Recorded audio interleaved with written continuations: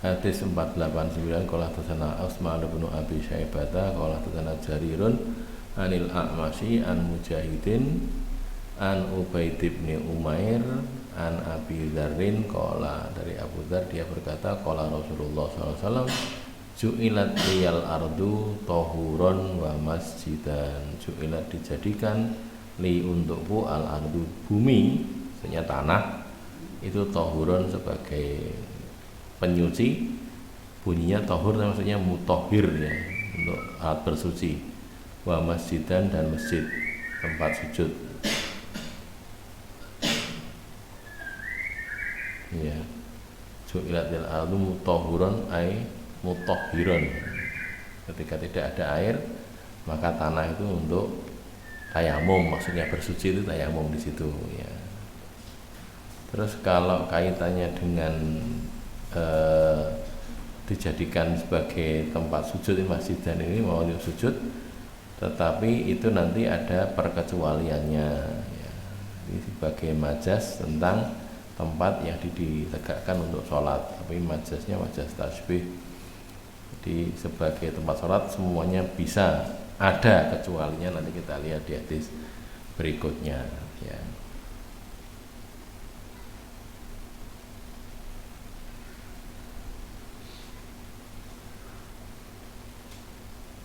Ada temannya Ustadz itu namanya Pak Mahrus Ali, Kiai Mahrus Ali itu punya madhab pendapat kalau sholat itu harus di tanah itu loh, harus di tanah. Jadi kalau kita waktu ke Masjid Mangkumbal itu dia sholatnya di jalan itu, tidak di masjid itu enggak, karena maunya di atas tanah. Nah ya sholatnya di tanah. Jadi jangankan kok 2 lantai gini saja itu nggak mau ini loh, sholatnya harus di tanah. Ya ada kiai yang gitu tuh. Udah lemah. Ada. Iya, zaman dulu itu kan jadi gurunya juga, jadi gurunya begitu. Misalnya ini tadi ju'lat liyal ardu masjidan wa tahurah, dalilnya itu. Kan ardu tuh. Ini bukan ard, ini kan balat ya, apa namanya? Tanah salantai, bukan ard. Jadi maunya bangunnya gini mau, tapi bawahnya harus tanah gitu. Kalau tanah mau, tapi kalau enggak. Kalau orang Syiah harus ada kreweng dari Karbala itu. Dan kreweng untuk sujud itu kan dari Karbala, tanah Karbala itu. 490 qala hadatsana Sulaiman bin Dawud qala akhbarana Ibnu Wahbin qala hadatsani Ibnu Lahiyah. Ini yang dikenal lemah ya, Ibnu Lahiyah. Wa Yahya Ibnu Ashar qala an Ammar Ibnu Sa'ad al-Muradi qala an Abi Shalihin al-Ghifari anna aliyan, bahwasanya Ali radhiyallahu anhu marra bi Babil, lewat di Babilonia. Babil itu sekarang daerah Mesir atau Irak itu ya, sekitar situ itu. Wa huwa yasiru, dia itu berjalan, maksudnya melakukan perjalanan. Faja'ahul muadzinu, lalu datang kepadanya al muadzin, orang mengumandang azan. Jadi yang ikut rombongan itu yang biasa mengumandangkan azan. Saya potong dikit ya. Gini ini sekarang ini masih berlaku konon di daerah Mekah, di daerah Arab sana. Ada, jadi kalau orang Indonesia kan biasanya kalau mau sholat balik masjid itu kan, maksudnya di sini mana?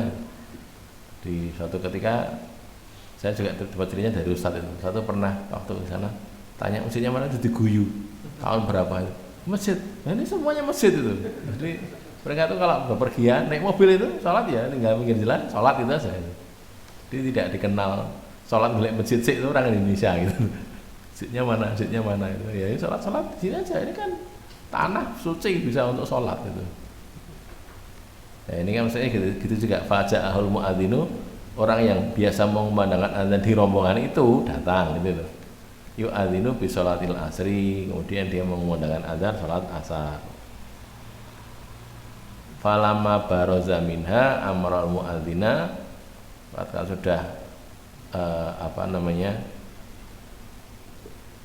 ini ya, kharaja Ali min Babil, keluar dari Babil tadi, baroza minha, keluar dari tanah Babil tadi, kemudian dia menyuruh supaya mengumandangkan iqamah.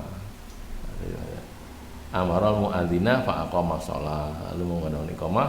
Falamma faragha, maka tatkala sudah selesai, faragha selesai salat, qala Ali berkata, inna habibi sallallahu alaihi wasallam nahani an usolliya fil maqbarati.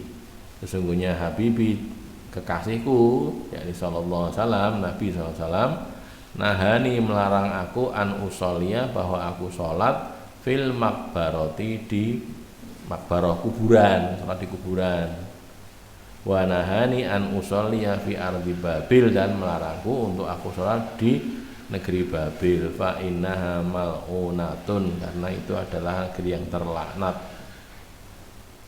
Cuma hadisnya dhaif, dia tidak bisa dijadikan hujah. Larangan sholat di kuburan itu sendiri ada di tempat lain, tetapi maksudnya sholat di kuburan itu sholat yang bukan sholat jenazah. Kalau sholat jenazah boleh, kenapa? Karena ada dalil dari Nabi. Nabi pernah sholatkan jenazah di kuburan, pernah, kan gitu kan ya. Tentang penyapu masjid itu ya, kinasahnya masjid yang meninggal, Nabi tidak diberitahu, terus ditanya mana tempat di kuburan, mana? Di sana. Terus Nabi sholat di kuburan situ. Ya. Itu ada dalil sholat boleh sholat di kuburan, tetapi kalau secara umum memang tidak. Nah, kalau orang Jawa lain lagi, orang Jawa atau orang Indonesia, itu masjid-masjid itu biasanya dibangun dekat kuburan, atau sebaliknya, kalau ada masjid di situ nanti dekatnya ada kuburan. Saya dapat dua versi dari situ. Yang pertama, versinya itu zaman Belanda dulu, supaya orang-orang nggak berani ke masjid gitu loh, karena orang takut ke kuburan ya, takut ke kuburan, sehingga kalau kuburannya diletakkan di dekat masjid, maunya itu supaya nggak berani ke masjid, sehingga masjidnya sepi. Itu versi yang pertama. Versi yang kedua sebaliknya kenapa? Jadi memang kuburan diletakkan di dekat masjid biar orang tidak takut dengan kuburan malahan, gitu loh. Sebaliknya, tidak tahu yang benar yang mana, atau dua-duanya salah, saya juga nggak tahu. Itu omongan orang ya. Jadi kalau orang itu kan biasa ke masjid, lah di situ dikasih kuburan, perlunya orang biar nggak takut dengan kuburan, gitu loh. Karena di situ ada masjid, maksudnya begitu. Kalau pernah ngelihat masjid Solo misalnya ya, di masjid gede itu kan juga ada masjid agung, sebelah baratnya itu kuburan. Masjid Austomangkunegaran itu juga gitu, kuburan. Masjid kalau di Jogja, masjid Kauman juga gitu, setahu saya. Masjid Kota Gede itu juga gitu, ada kuburannya di dekatnya gitu, di depannya itu ya, di korbannya, pokoknya arah kiblat itu. Jadi tidak tahu apa memang sengaja atau bagaimana, tapi yang jelas kalau di kayak masjidnya Habib Ali yang untuk hall itu memang iya gitu. Masjidnya, kuburannya juga di dalam masjid, mana nanti ya di dekatnya masjid dikasih atap itu untuk kuburan, karena orang di situ malah ziarahnya ke kuburannya itu.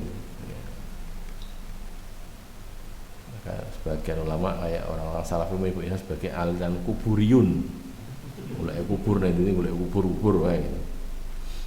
Yes. Lepas dari itu yang jelas memang keadaannya seperti itu.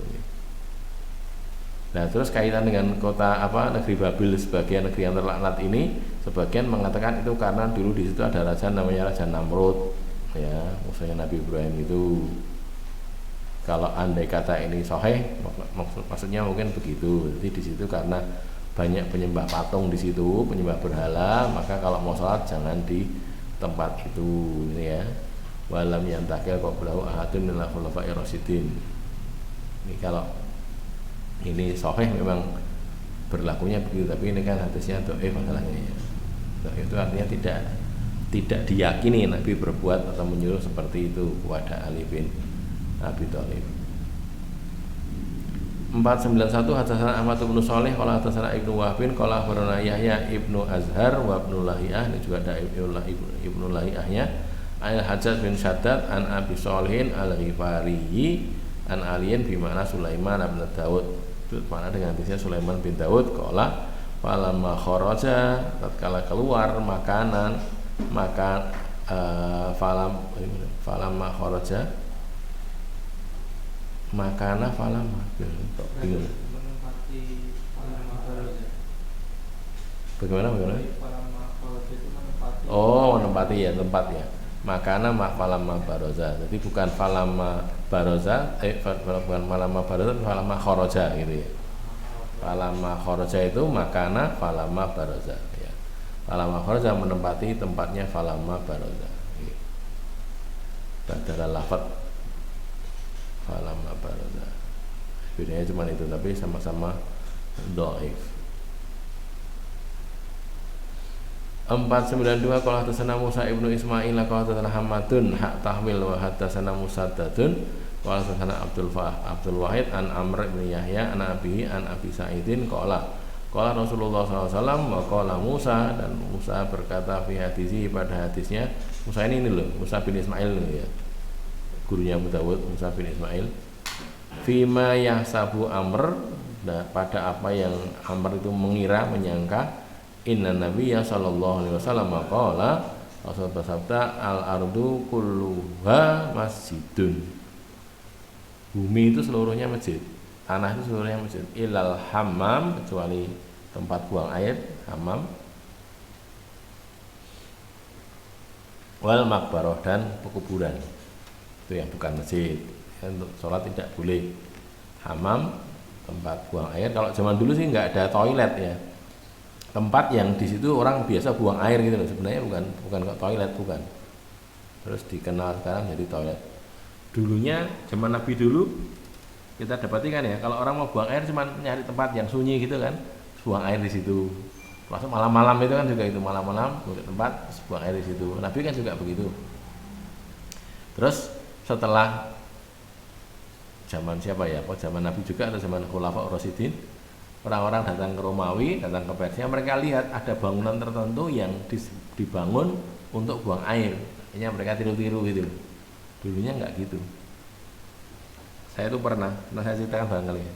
Pernah tinggal di satu tempat di bukit gitu bersama beberapa orang. Terus di situ tuh ada tempat buang air tapi di kali, di sungai, di desa itu.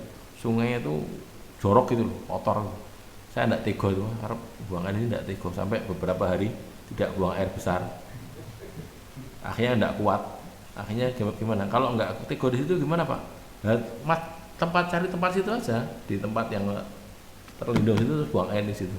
Akhirnya saya begitu. Jadi maaf kayak kucing gitu loh. Jadi menggali lubang terus buang air di situ. Bisa, karena mau buang air di kali tadi, di sendang atau di kali itu, kalinya itu airnya tinggal dikit, tidak ngalir, dan dipakai orang banyak, jadi nggak bisa buang air di situ.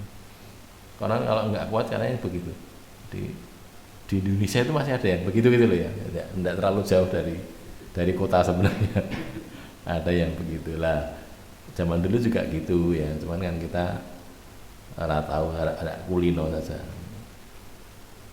Ada pertanyaan sebelum ganti bab? Jadi kalau ini berarti yang dipakai ini ya, ini hadisnya sahih, hammam dan makbaroh.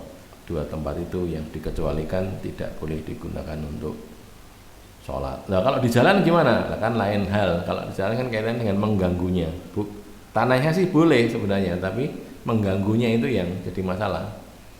Ganggu orang, kayak kemarin sholat id di kota biasanya di jalan. Nggak tahu di sini apa ya gitu apa enggak. Jalan raya tinggal sholat id. Ya kan ganggu orang lewat. Orang yang jadi panitia jawab, orang sedang sholat id, yang mau kemana sih? Loh, pada waktu sholat itu loh ada yang mau ke rumah sakit, kan gitu kan ada ya. Ada yang mau ke rumah sakit, ada yang mau melahirkan anak, ada yang segera ke rumah sakit karena sakit. Nah, terhalang gara-gara orang sholat id di jalan kan gitu kan mengganggu itu. Lain kalau sholatnya di masjid atau di lapangan terus melebar ke jalan, lain lagi. Melebarnya itu kan karena bludak ya, bukan karena sengaja di jalan. Tapi kalau sengaja di jalan jangan ganggu orang lewat.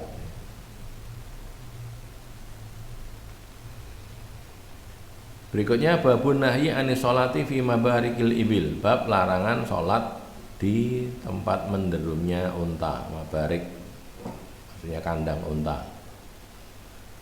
493 qala hadatsana Utsman bin Abi Syaibah qala hadatsana Abu Muawiyah qala hadatsana Al-A'masy qala an Abdillah bin Abdillah bin Abdillah Ar-Razi an Abdurrahman ibni Abi Laila an Al-Bara ibni Azib, dari Bara bin Azib qala su'ila Rasulullah SAW anis sholati fi mabarikil ibil. Rasulullah ditanya tentang sholat di tempat menderumnya unta. kandang unta. Faqala Rasul menjawab, la tusallu, janganlah kalian sholat fima barikil ibil, di tempat menderumnya unta. Fa innaha minasyayatin, karena dia itu termasuk setan. Minasyayatin, termasuk dari setan-setan. Wa su'ila anis sholati fi marabidil ghanam, dan Nabi ditanyai tentang sholat di kandang kambing. Marabid itu kandang, tempat tinggalnya ghanam, kambing. Faqala Rasul menjawab, shollu fiha fa innaha barakatun, sholatlah kamu di situ karena itu berkah. Kalau mabarikil ibil itu dari setan, kalau yang kambing berkah. Al-Albani mengatakan di sini sahih. Ini ada di beberapa kitab lain nih. Kalau kita lihat ada di Sunan Tirmidzi, Sunan Ibnu Majah juga, Sunan Abu Dawud ada juga di hadis ke-184, sudah lewat dulu.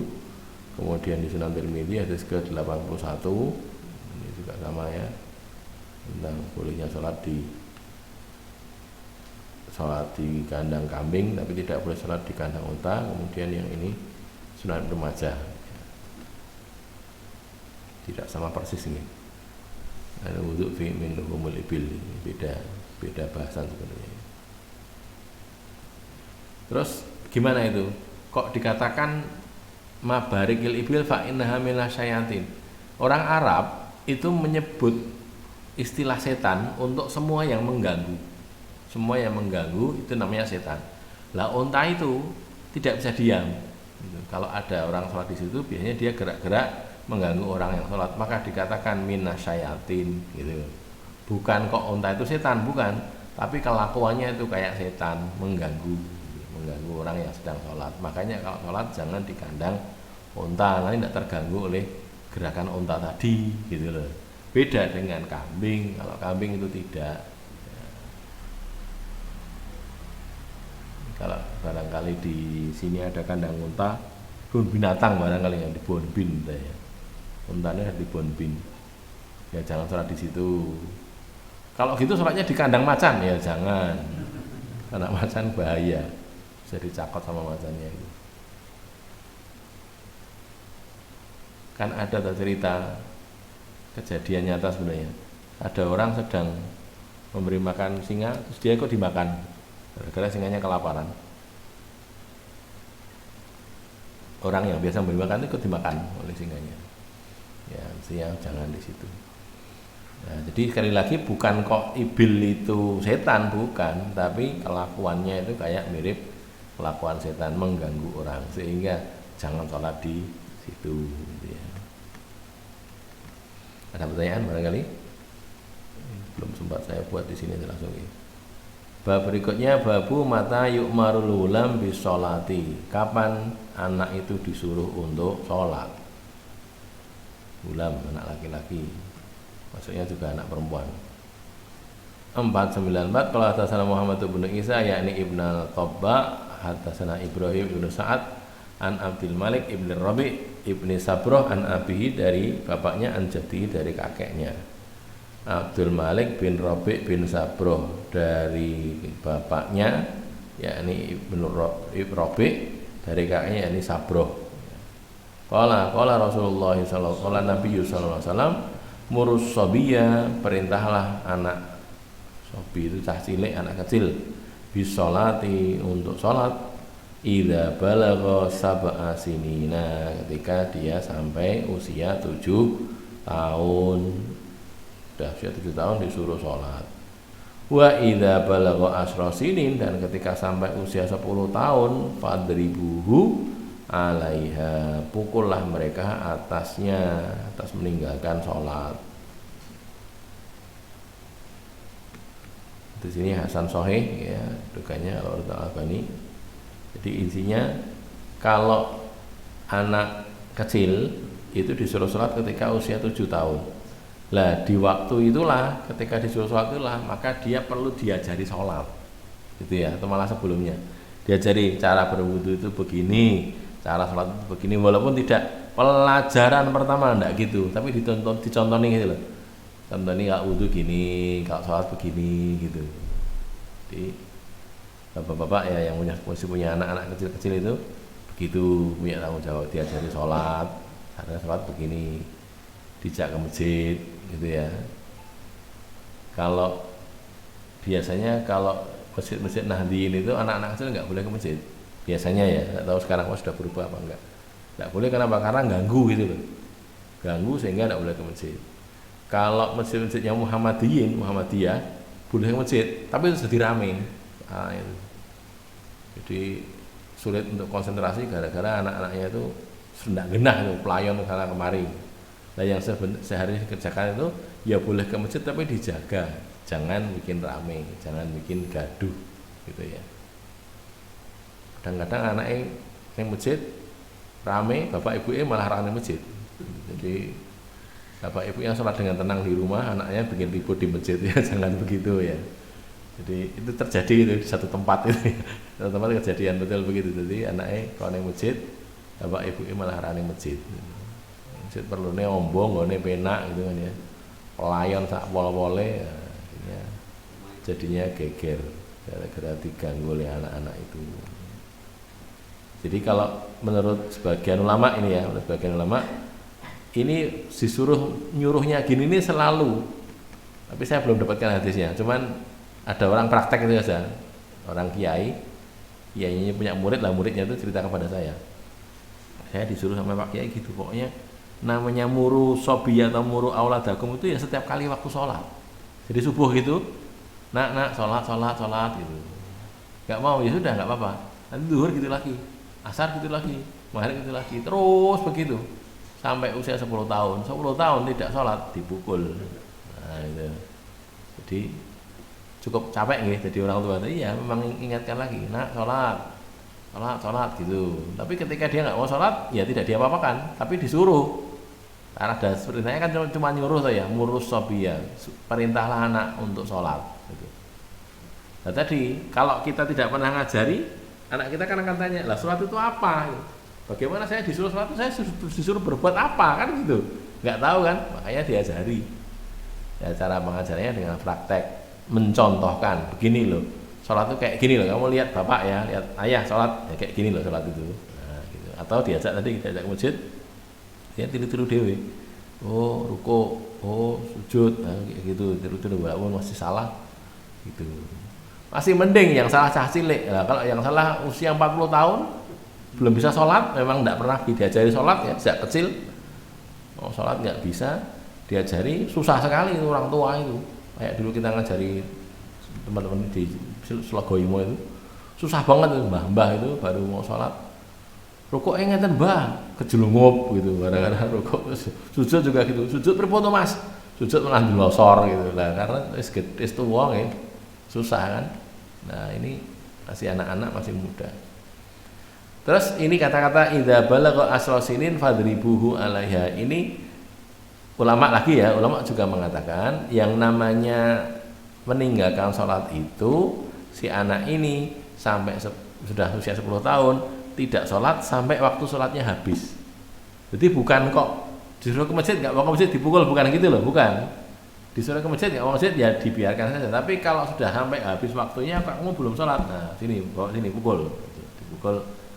Jadi dipukul di bagian yang tidak membahayakan, istilahnya dzarban ghairu mubarrihin, pukulan yang tidak membahayakan, bukan tidak menyakitkan. Sakit, dipukul itu sakit memang biar kerasa sakit kok, tapi tidak membahayakan. Contohnya di pantat misalnya gitu loh, pantat itu pukul gitu kan, pakai rotan atau pakai apa, sakit, tapi paling kan lecet, tidak akan membahayakan.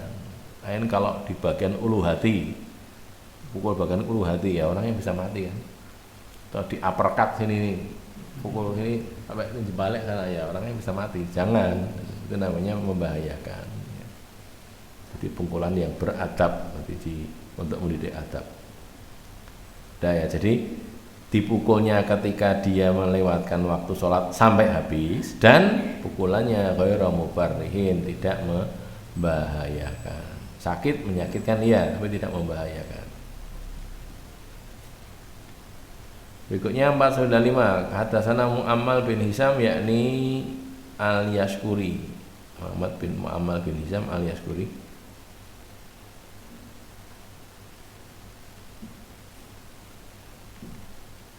Hadatsana Ismail an Sawwar ibni Abi Hamzah qala Abu Dawud wa huwa Sawwar bin Dawud Abu Hamzah Al-Muzani As-Soiri. Di asalnya adalah Sawwar bin Dawud, gelarnya itu Abu Hamzah Al-Muzani As-Soiri Soirofi. An Amr bin Syu'aib dari Amr bin Auf an Abi an Jadihi, ini yang sering dipersoalkan sanadnya ya, dari bapaknya dari kakeknya. Qala Rasulullah SAW muru auladakum bis sholati wa hum abna'u sab'a sinin. Perintahlah anak-anak kalian untuk sholat sedangkan mereka berusia 7 tahun. Dia sudah 7 tahun disuruh sholat. Wadribuhum alaiha, dan pukullah mereka atasnya. Atasnya atas meninggalkan sholat. Wahum abna'u asrin, dan mereka itu anak-anak berusia 10 tahun. Wa farriqu bainahum fil madhaji, dan pisahkanlah di antara mereka dalam madhaji. Madja itu tempat tidur. Tempat tidur pisah, bukan kok harus punya kamar sendiri, enggak. Kayak kita di Ma'had itu loh, pakai apa itu namanya itu? Lemeknya itu jenisnya apa? Matras itu kan satu-satu tuh. Nah, gitu tuh loh. Itu satu-satu itu. Kalau pakai kasur ya bisa berdua kalau memang double bed ya. Tapi maksudnya tidak jadi satu, ya dipisah gitu. Artinya ada satunya kanan, satunya kiri gitu kan. Itu kaitannya dengan masalah seksual sebenarnya ya. Dipisahkan antara mereka. Baik laki-laki dengan laki-laki, perempuan dengan perempuan, maupun laki-laki dengan perempuan sama saja. Ini kakaknya sendiri, iya, tapi kan beda. Artinya laki-laki sama perempuan ya, jangan dijadikan satu. Ini kalau kaitannya dengan masalah memukul itu ya, itu saya punya teman, saya ceritakan di sini barangkali, dikandani itu sama kakeknya seorang kiai, waktu masih usia 7 tahun disuruh sholat, terus usia 8 tahun itu dia itu tidurnya, beberapa anak itu tidur sama pada sana gitu ya, tidur begini menghadap ke arah sana itu di bagian temboknya itu sudah dikasih cambuk itu, cemeti atau cambuk atau rotan itu. Terus kakeknya memberitahu, kakeknya kan kiai, le kowe engko nek wis 10 tahun ora gelem salat tak tutuk nganggo kae gitu. Jadi dia nasihati itu, kamu kalau tidak mau sholat 10 tahun nggak mau sholat nanti tak pukul pakai rotan itu. Nah, setiap hari, kata teman saya tadi, setiap hari saya melihat itu, wah, sambil ingat-ingat, saya baru 8 tahun, saya 9 tahun itu.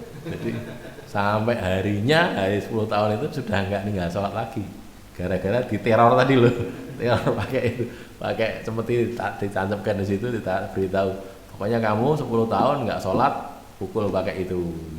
Sekarang nggak diapa-apakan, tapi kamu 10 tahun nanti nggak sholat dibegitukan. Nah, akhirnya cerita dia, kami usia menjelang 10 tahun itu sudah tidak pernah tinggalkan sholat karena takut itu tadi. Mau pakai itu ya boleh, itu sekedar teknis sih, cara saja kan. Yang penting jangan dipukul sebelum waktunya.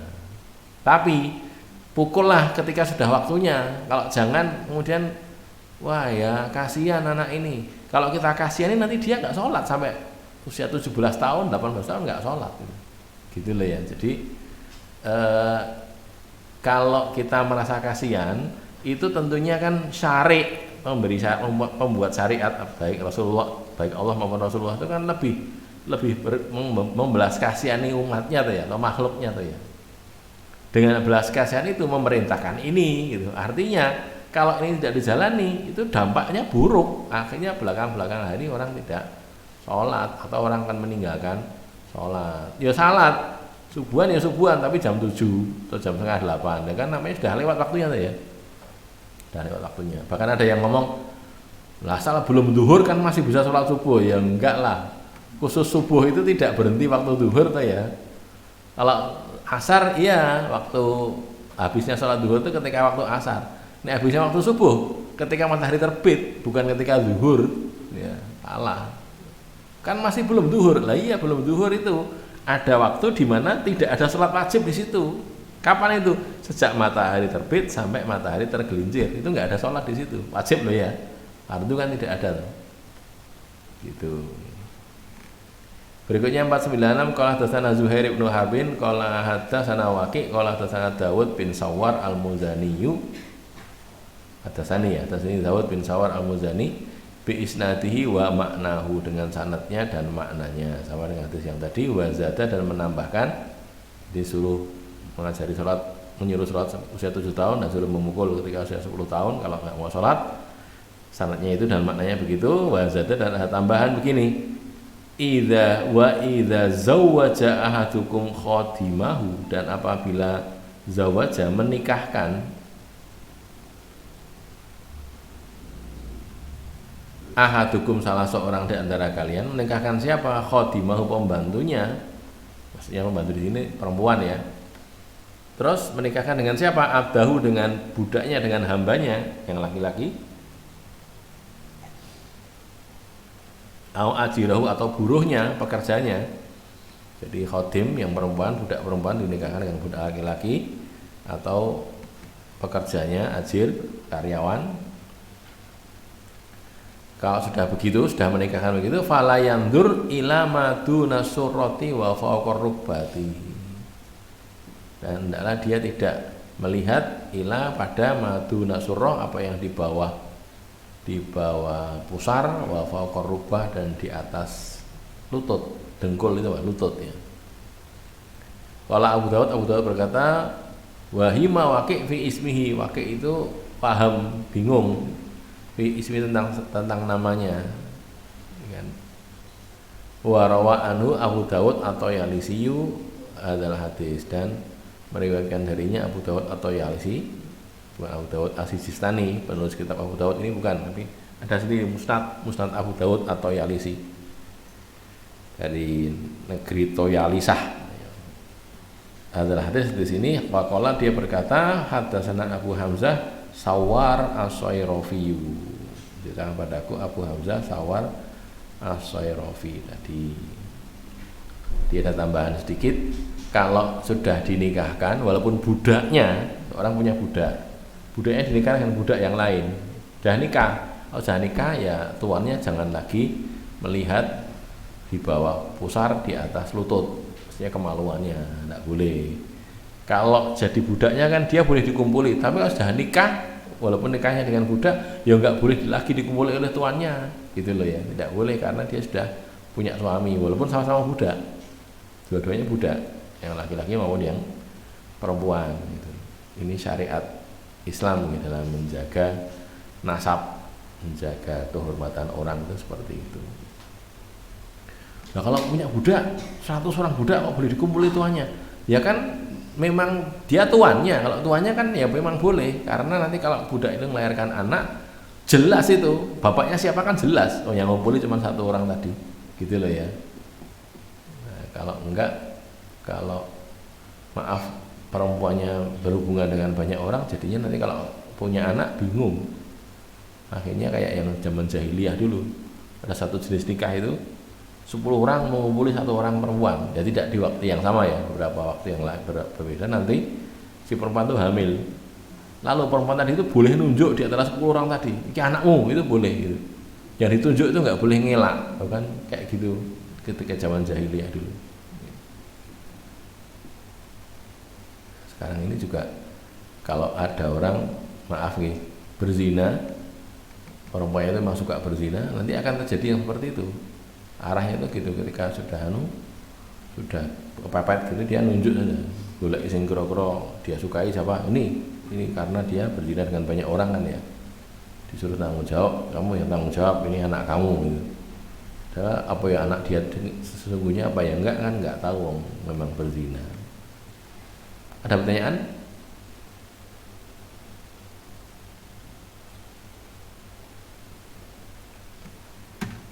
Satu bab lagi ya, satu hadis lagi, masih ada satu hadis lagi. Hadis 497. Hadatsana Sulaiman ibnu Dawud al-Mahriyu, qala hadatsana Ibnu Wahbin, qala hadatsana Hisyam bin Sa'din, hadatsani Mu'adz bin Abdillah ibni Khubaib al-Juhaniyu, qala dakhalna alaihi, kami masuk kepadanya, datang ke rumahnya. Faqala limra'atihi, lalu dia bertanya kepada istrinya, mata yusolli sobiyu, kapan si anak itu sholat?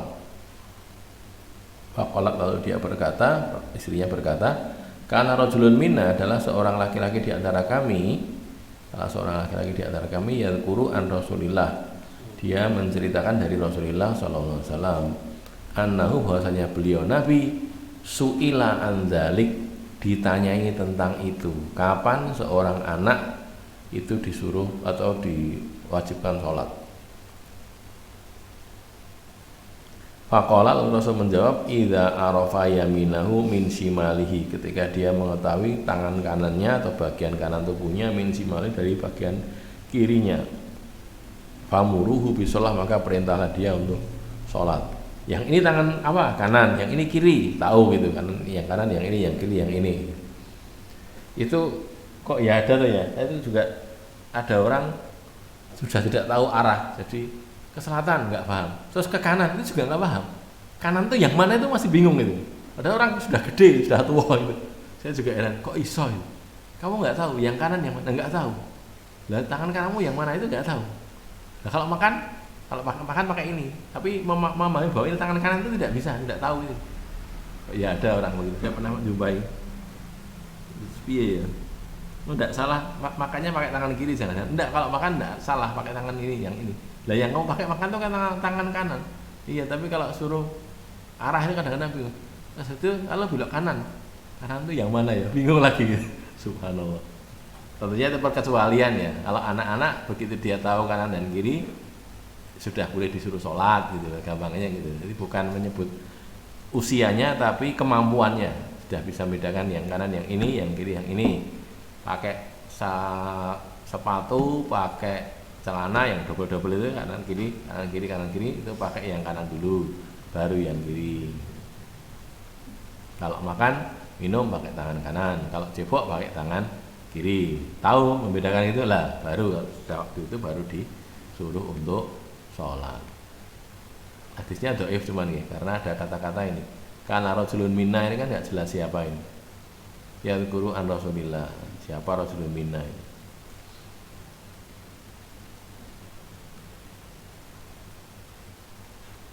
Sudah sampai sini dulu.